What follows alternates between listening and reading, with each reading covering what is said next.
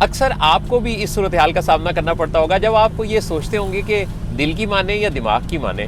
مسئلہ کسی شادی کا ہو، کریئر کی چوائس کا ہو، یا پھر کسی بزنس کے اہم موڑ کی بات ہو، ہر جگہ ہم دل اور دماغ میں اٹک جاتے ہیں اور سوچنے لگتے ہیں کہ بات دل کی مانے یا دماغ کی. تو اصل بات یہ ہے کہ بات دل و دماغ کی ماننی چاہیے.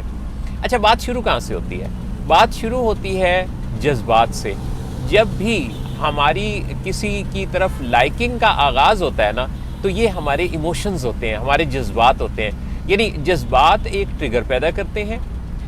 اس کے بعد اگر لاجکس شامل ہو جائیں تو یہ ایک متوازن فیصلہ بن جاتا ہے. لیکن زیادہ تر لوگ اس چیز میں یوں اٹکے رہتے ہیں کہ اچھا یا تو جذبات کی یا دل کی مانیں گے یا پھر دماغ کی مانیں گے، جس کی وجہ سے بعد میں وہ ڈسکمفرٹ میں چلے جاتے ہیں، تنگ ہوتے رہتے ہیں. کبھی جذبات کے ہاتھوں اگر لاجیکل فیصلہ ہو صرف اور جذبات اس میں جڑے ہی نہیں تو آپ کے جذبات آپ کو تنگ کرتے رہیں گے. اور اگر فیصلہ آپ کا جذبات سے تھا تو آپ کی لاجکس بار بار آپ کو بے چین کرتی رہیں گی. چنانچہ آپ نے ایک متوازن فیصلہ کرنا ہے جس میں کہ ایموشنز اور لاجکس دونوں کے درمیان ایک توازن ہو. اور یہ آپ کو یاد رہے کہ جس طرف آپ کا جھکاؤ بن رہا ہے، یعنی جہاں لائکنگ کا آغاز ہوا ہے، یہ آغاز ہے، یعنی یہ ایموشنز کی آواز ہے. اور ابھی آپ نے اس کے اندر دیکھنا پرکھنا ہے کہ لاجکس کیا کہتی ہیں. تو اگر آپ اس طریقے سے ایموشنز اور لاجکس کے بیچ ایک توازن پیدا کرنے میں کامیاب ہو جائیں گے تو آپ کے سارے فیصلے بہت اچھے اور متوازن فیصلے بنتے جائیں گے. اسی طرح کئی دفعہ ہم کسی خاص نظریے پر جب کوئی چیز پڑھ رہے ہوتے ہیں، سن رہے ہوتے ہیں، دیکھ رہے ہوتے ہیں، تو ہم اس کو یا تو ریجیکٹ کرنا چاہتے ہیں ٹوٹلی، یا پھر ہم اس کو مکمل طور پہ اپنانا چاہتے ہیں. یہ جو یعنی ایک انتہا پسندی سی ہے. انتہا پسندی مطلب یا تو بہت زیادہ پسند کر لینا کہ یا تو سب کچھ ہی مجھے چاہیے یا کچھ بھی نہیں. تو یہ جو دنیا ہے نا، اس کے اندر تمام طرح کی چیزوں کے اندر بلیک اینڈ وائٹ نہیں ہے. جو بھی لوگ بلیک اینڈ وائٹ پہ چلے جاتے ہیں، یا تو اسے اپنا لیا یا چھوڑ دیا، وہ کوئی اتنا فائدے والا سودا ہوتا نہیں ہے. تو ایکچولی ہر چیز کے اندر کئی فیکٹرز ہوتے ہیں. بعض اوقات کسی چیز کے اندر 10 فیکٹرز ہیں.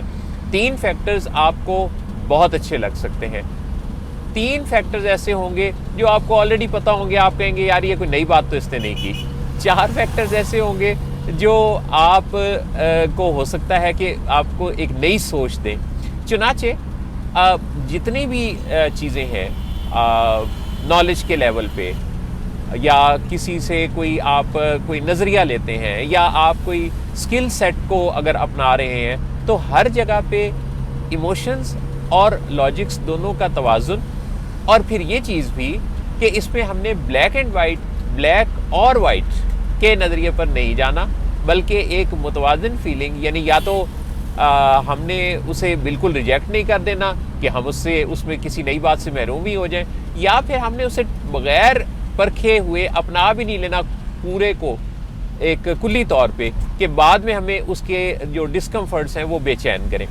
تو یہ جو سوچ ہے، ایک متوازن سوچ، یہ اگر آپ اپنے ہر فیصلے ہر زندگی کے موڑ پر اگر اپناتے رہیں اور اس کی پریکٹس کرتے رہیں، کیونکہ جب آپ کسی چیز کی پریکٹس کرتے ہیں نا، تبھی وہ چیز آپ کو آپ کی فنگر ٹپس پہ آتی ہے.